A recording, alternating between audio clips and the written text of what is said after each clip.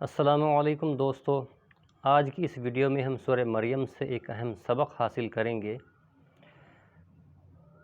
یہ واقعہ تب کا ہے جب حضرت مریم علیہ السلام اپنی قوم سے، اپنے گھر والوں سے دور ایک مکان میں ٹھہری تھی، اور وہاں ایک فرشتہ اللہ تعالیٰ کی طرف سے ان کو خوشخبری دینے کے لیے آیا تھا۔ تو جیسے وہ فرشتہ انسان کی شکل میں حضرت مریم علیہ السلام کے پاس تشریف لایا، تو مریم علیہ السلام نے فرمایا، قرآن کے الفاظ ہیں، سورہ مریم آیت نمبر 18، قالت انی اعوذ بالرحمن منک ان کنت تقیہ۔ انہوں نے فرمایا کہ میں رحمان کی پناہ حاصل کرتی ہوں تجھ سے، اگر تم میں کوئی نیک بختی ہے، اگر تمہارے اندر اللہ کا ڈر ہے۔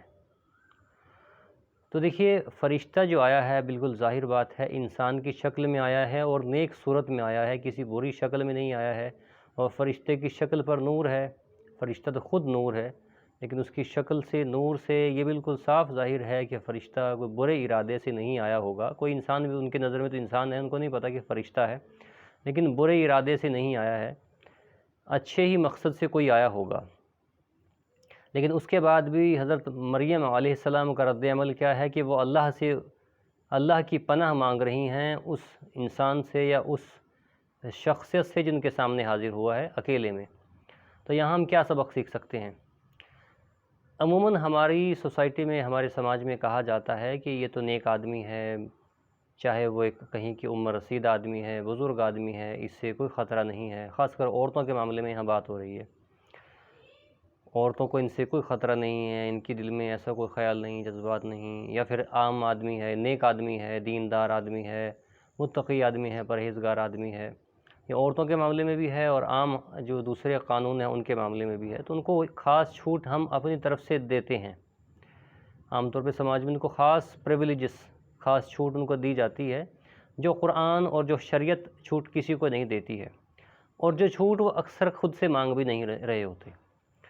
جیسے عورتوں کا مجمع ہے، وہاں کسی انسان کو جو ان کا محرم نہیں ہے اس کو ڈال دیا جاتا ہے، بٹھا دیا گیا، اور یہ سوچ لیا گیا، یہ اطمینان کر لیا گیا کہ یہ تو انسان ہے، اور یہ انسان ہے لیکن یہ نیک ہے، دیندار ہے، اس کے دل میں ایسے برے خیال کیسے آ سکتے ہیں؟ تو اس لیے اس کو وہاں بٹھا دیا جاتا ہے، اس کو وہ پریویلیج دے دی جاتی ہے۔ تو قرآن نے صاف صاف اس طرح کی کوئی چھوٹ دینے سے بالکل انکار کر دیا حضرت مریم علیہ السلام کی زبان سے۔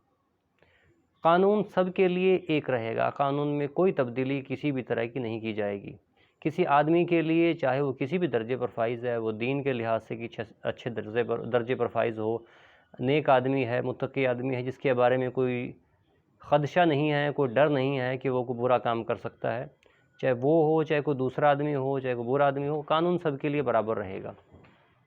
اکثر ہوتا یہی ہے کہ ہماری جو عام کی روزانہ کی زندگی ہے، اس میں ہم ایسے لوگوں پر اعتبار کر لیتے ہیں، اعتبار ہمیں ہوتا ہے کہ یہ کچھ غلط نہیں کریں گے، پھر شیطان ان کے بیچ میں کچھ ایسا ڈال دیتا ہے جس سے وہ دھیرے دھیرے غلط کی طرف مائل ہو جاتے ہیں۔ بلکہ میں ایک سٹوری کہیں پڑھ رہا تھا، کسی عورت نے، ایک لڑکی نے فتویٰ لیا کہ میں نے کسی آدمی کو اپنے پاس بلایا اکیلے میں، یہ سوچ کے کہ یہ میرا بھائی ہے، اور آگے کیا ہوا وہ ساری تفصیل میں نہیں جاؤں گا، بس آخر میں انہوں نے لکھا کہ میں آج پریگننٹ ہوں۔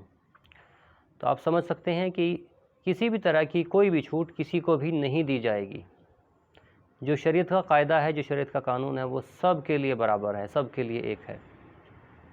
اور اسی لیے اللہ تعالیٰ نے نامحرم مرد کے لیے نامحرم عورت کے ساتھ ایک جگہ اکیلے میں اکٹھا ہونا، جمع ہونا، اس سے منع کر دیا ہے۔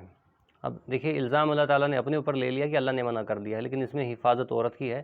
بہت سے مقام ایسے ہیں جہاں عورت کہہ نہیں سکتی، بہت سے لوگوں سے پردہ کروا دیا ہے۔ جیسے میں اگزامپل دوں آپ کو، جو چاچا کے لڑکے ہیں، کزن برادرز، ان سے پردہ کروا دیا ہے شریعت نے۔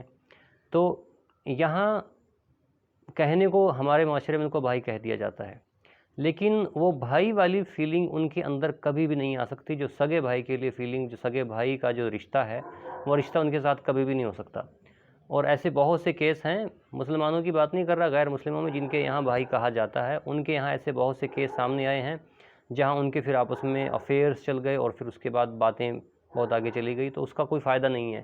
تو ایسے معاملات میں عورت اکثر اپنے آپ کو مجبور پاتی ہے، تو قرآن نے اس کو اپنی طرف سے ایمپاور کیا ہے، اپنی طرف سے اس کو ایک طاقت بخشی ہے، اس کو حقوق بخشے ہیں کہ وہ کہہ دے کہ قرآن شریعت ان چیزوں سے منع کرتی ہے۔ تو وہی اس کا صاف صاف مظاہرہ حضرت مریم علیہ السلام نے فرما دیا کہ میں اللہ کی پناہ مانگتی ہوں تم سے، اگر تمہارے اندر اللہ کا ڈر ہے۔